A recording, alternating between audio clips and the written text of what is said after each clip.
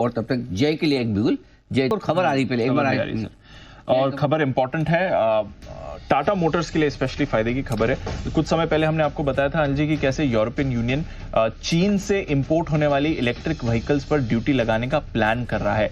अब समझ में आ रहा है कि कल से ये ड्यूटी लागू हो जाएंगी। एडिशनल ड्यूटी है, ऑलरेडी 10% की ड्यूटी ये कंपनीज पे करती हैं, बट 3 बड़ी कंपनीज पर ड्यूटी लगने वाली है। एक तो एमजी, जहां पर ड्यूटी बढ़कर 37.6% हो जाएगी। 10% की ऑलरेडी ड्यूटी है, उस पर 37.6% की एडिशनल ड्यूटी लगेगी।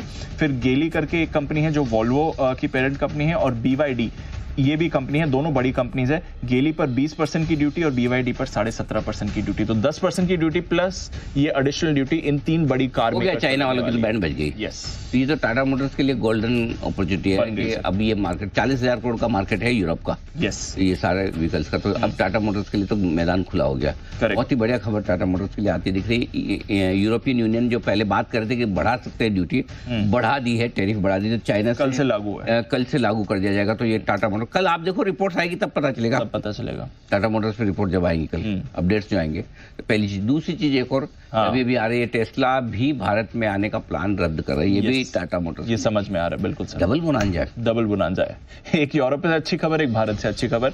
इलॉन मस्क साहब से बात चल रही थी कि भारत में वो मैन्युफैक्चरिंग फैसिलिटी लगा सकते हैं। अब ब्लूमबर्ग रिपोर्ट कर रहा है कि शायद वो प्लान उन्होंने होल्ड पर रख दिया है, क्योंकि काफी समय से इलॉन मस्क साहब की तरफ से कोई भी चर्चा नहीं हुई है इसको लेकर, या कोई भी उनकी तरफ से प्रपोजल नहीं आया है। तो टाटा मोटर्स भारत के लिए भी अच्छी खबर है उनके लिए, और ग्लोबली जेएलआर के लिए भी अच्छी खबर है कि यूरोप में यूरोप का इनका वॉल्यूम 40-50% आसानी से बढ़ेगा।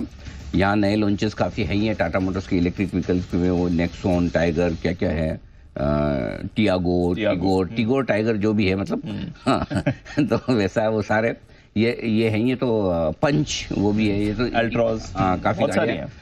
दीप, इन दोनों खबरों के दम पर मैं टाटा मोटर्स का टारगेट बढ़ा रहा हूँ।